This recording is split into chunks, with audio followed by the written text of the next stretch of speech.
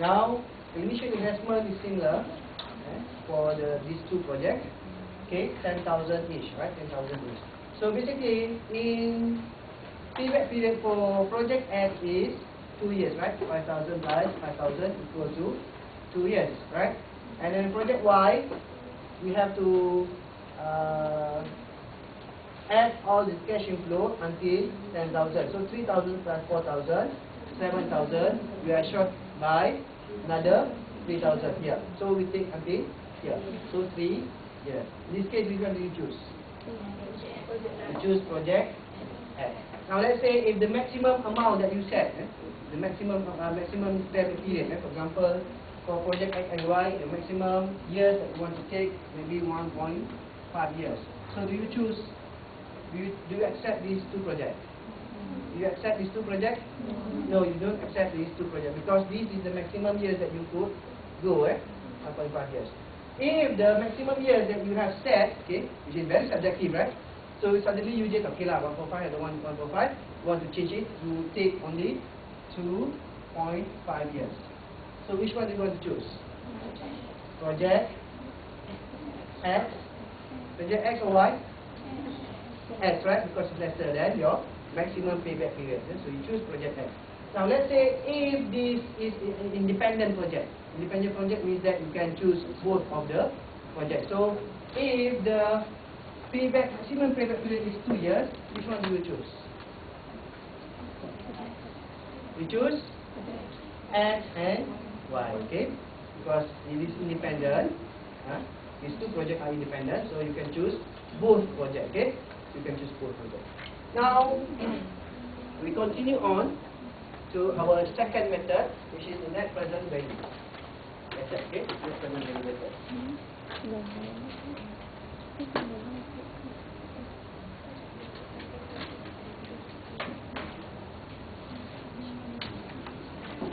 Okay, for the net present value method, okay, as you can see from the definition of this method, we have to discount all our cash inflows. Okay? Okay, we have to find the present value of our cash inflows. So the formula is the summation of the present value of all our cash flows. Okay, this is summation of the present value of our cash flows. We minus with our initial investment or CF0. Okay, then we get our net present value. Okay, or in other words, we can just use the table. Okay, this is using formula. This is using table. CF multiply with PBIF. Okay, T minus CF0. Okay. Right. Now this is using table, right? So, but we have to sum all our present value. Sum all our present value. Now let's say if look at the definition, right? Net present value is found by subtracting the present value of the after-tax outflows from the present value of the after-tax inflows. So you take all the inflows minus with outflows. Okay, take all inflows minus with outflows. Outflows is the initial investment. Okay, but we have to use the after tax figure. After tax figure. Okay. Now this is the rule. If we want to use the net present value method, the rule. If NPV, net present value, is greater than 0, okay, if NPV is positive, we accept. Okay, NPV positive, accept. NPV negative, we reject. NPV 0, it is indifferent. Okay, so we can choose or we can reject. Okay, normally we can always choose it. Choose to accept. Okay, this is the rule of thumbs.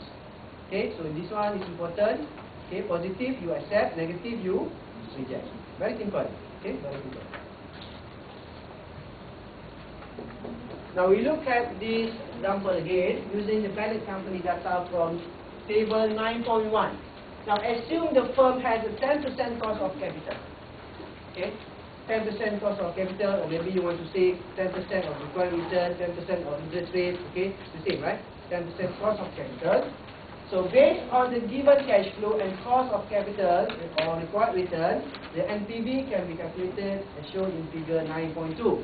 Okay, you look at 9.2, in the 9.2, we can always find the net present value figure. Okay, do you know how to find this? Okay, do you know how to find this? Using the table, financial table. Okay, what you do is that because this is annuity, because annuity have a series of equal cash flow. Okay? Series of equal cash flow, this is annuity. So the formula is NPV, okay, equal to, right, CF, okay, which is equal, right, equal CF, so multiply with PVIF AIN, okay, and minus with initial investment, right? So this is the formula. Now we just put in the figure, right, into this equation. So actually you get 14,000, okay, PVIF I is 10%, N is 1, 2, 3, 4, 5, so N is 5. So what is your PVIF here? 3.791, right? So minus with your initial investment 42,000, okay, you will get 11,754, right? 74. Okay, compared to this one, it's different. Okay, why is it different? Why is the answer different? This one and this one? Why do you think it's different? This one is using table, this one is using formula or calculator, right? So you have a different, some minor differences here, right? So by 3 ringgit. So this is how you want to calculate, okay, the net present value for annuity, okay, for a series of equal cash inflows. But this one, can you use the same formula? Can you use the same formula for this one? Because this one is a mixed stream of cash inflows, right? A mixed stream of cash inflows. So when you deal with this, we have to discount it discount it one by one. Discount the cash flow one by one. So you have to discount it like this, right? Okay, NPV, okay, equal to CF1, okay, multiplied with PVIF 10% at year 1, okay, because this is 1 year. Then you discount only 1 year. And then for 2, you plus again, plus and because it's summation, right? Summation, remember summation? Plus with CF2, multiply with PVIF 10% year 2, right? So because you have to discount it for 2 years, right? So 2 years here. Then plus with CF3, okay, cash flow year 3, okay, PVIF 10% at year 3, okay, and then CF plus CF4, PVIF 10%, okay, at year 4, and then plus lastly CF5 multiplied with PVIF 10% at year 5. Don't forget to minus your initial investment. Okay? Initial investment. So if you put all these figures here into the equation, right? You put all the figures into the equation, you will get 10,924, or maybe lesser if you are using, or higher if you are using table. Right? Okay. So any question for how to calculate the net present value? Any question? This is very simple. Okay, very simple. Okay. This is from chapter 4, right? Time value of money. Okay, chapter 4. But now we are calculating the total summation of all the cash inflows. Now let's say if these are independent projects, right? Independent projects. So do you want to choose project A and project B? You want to choose project A and B. You want to choose both projects?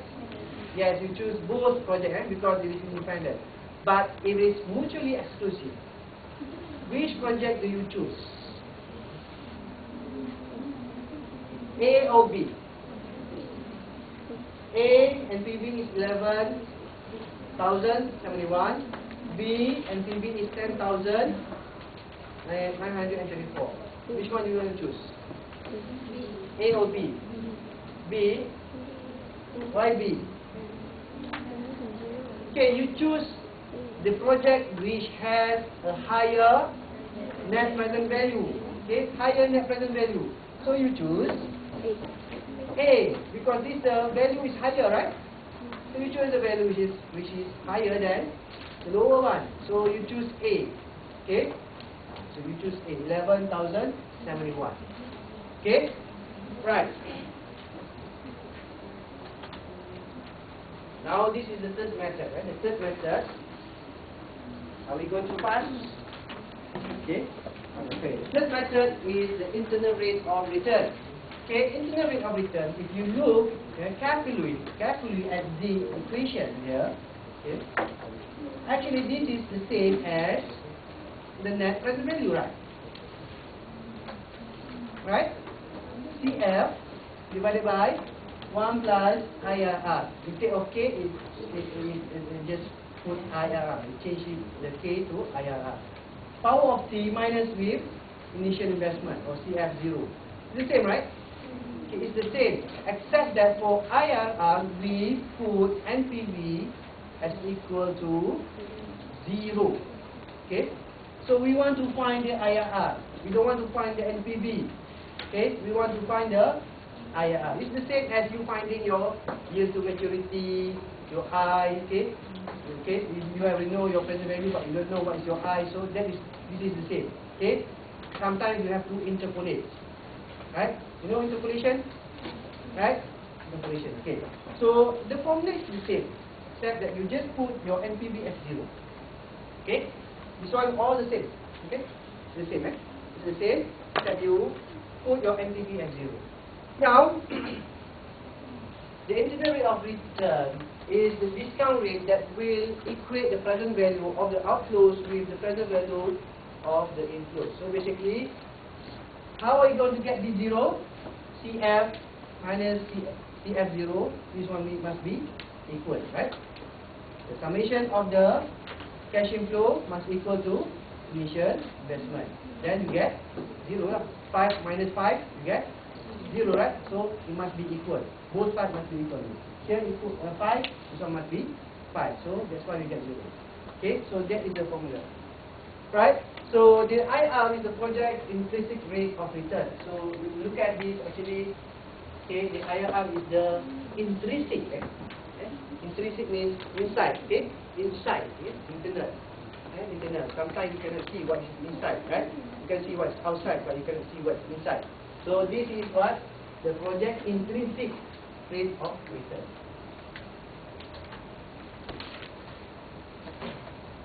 Now the IR also is the discount rate that will equate the present value of this one is the same. Okay. Now we look at the rule of the IRR. The rule of IRR, if IRR is greater than the cost of capital, you accept. But if the IRR is lesser than cost of capital, you reject. So the main keyword here is that return higher than cost. Okay? Return, IRR is return. Cost is cost. So return must be higher than we accept, right? So return higher than cost, we accept. Return lower than cost, we reject. Okay, so if IRR equals to cost of capital, it is indifferent. So we can accept or we can reject. It depends, right? So basically, we can always accept it. So this is the rule. Okay, now we look at this. Okay, we are still using the same example here. This is the same example from the previous one. Can I mean 40,000 and then 40,000 for each year for the cash inflows. And also this is a mixed stream. Okay, but now you know that your cost of capital is 10%. Okay? Then you use that cost of capital as when you want to calculate your NPV. But this time you don't know your IRR. You want to find what is your IRR, internal rate of return. Okay, so when you want to find this one, okay, you will be using interpolation sometimes. Interpolation. Okay, so now let's see one example. Look at this project A. Project A. Okay, project A. So we use the same formula for NPV. The NPV equal to CF. Okay, since this is annuity, we use PVI FA. Okay, IRR is not known and is 5 years, right? Okay, minus with initial investment. Okay, which equal to 0. So 0 equal to CF is 14,000. Okay, PVIF A IRR okay 5 minus with 42,000. Okay, right? So how are you going to solve this one? So this one actually you can bring to the left. Okay, so 42,000 equal to 14,000 okay multiply with PVIFA IRR 5 years. Okay, this one you bring down here. Okay, so 42,000 divided by 14 you get 3, right? 3 equal to PVIFA IRR 5 years. Now you look at your present value with respect to annuity table. Okay, look at the table. Okay, under row 5 years. Okay, you find your present value with respect to annuity for 3. Is there any 3 there? Any PVIFA for 3? 3.0000. Is there any? So you do not have the 3, right? You don't have the 3. Okay. So you have to interpolate. Now the basic formula for interpolation here for IR, you must find your NPV. One is negative, the other one is positive. Okay. Now if you use NPV as positive, right? Now let's say you just want to use 90%. What is your NPV? Can you calculate your NPV using 19%? 90%, how much you get NPV?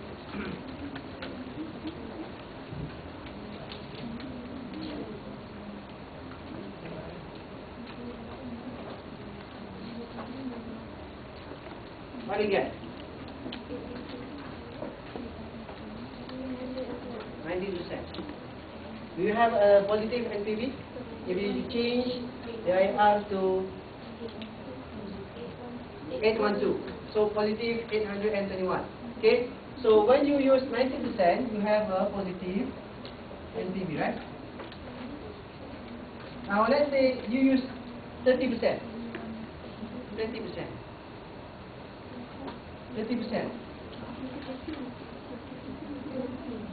30. Negative, right? How much you get? Negative 7, 8. Okay, negative 7, 8, 9, 6. Okay.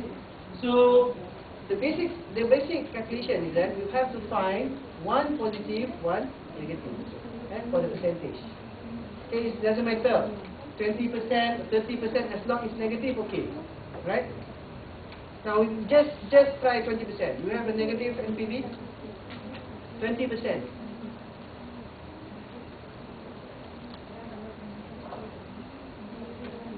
Okay, negative 1, 2, 6. So it's okay. Actually, you can use always 19 and 20 because this is negative. Okay, one is negative, one is a positive. So when you want to use the interpolation, what you have to do is you have to find for the first one, okay, if you are using 90% here, okay, what is your present value just factor? NT? 90%? 3.05.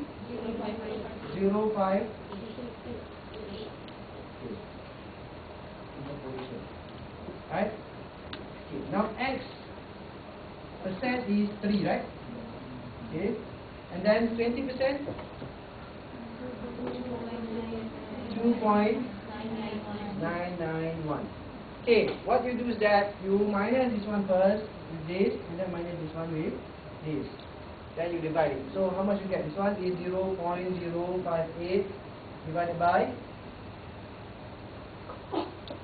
this one. How much? 3.058 minus 2.991. Berapa ni kawan? 0.067. Okay, so basically 90% we plus with this one. So you get 19% plus with 0.87, right? 90% plus with 0.058 divided by 0.067. Okay, 19.87. Okay, so we just round this figure up. We got 19.9%.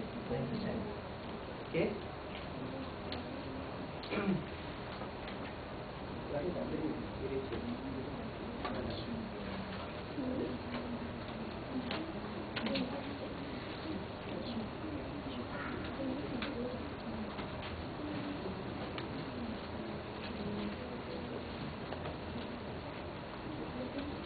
Right. Now any question for this? Any question for this? So the basic thing is that you find one is negative, the other one is positive. Okay. So you cannot find both figure using positive figure.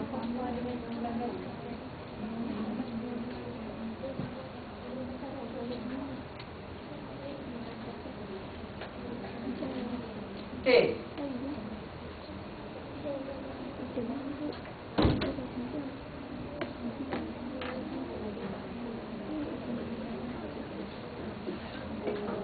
Now, the other classes also, the other classes, one student from the other class, he don't want to use this. Okay, he don't want to use this. Right? He don't want to use this formula or the tables or that. What he do is that he use this one. Okay? He use the formula. Okay, what is formula? You know Azman or Azman. Muhammad or Azman. Okay, he use this formula. Okay, what he did is that CF, right, divided by 1 plus k power of 5, okay, minus with initial investment, okay, equal to 0. Okay. So CF is 14,000 divided 1 plus k. 1 plus k is 1 plus IRR power of 5 minus with, okay, right, and then shift the one to the left. Okay, 42,000 equal to 14,000. Okay, 1 plus IRR power of 5.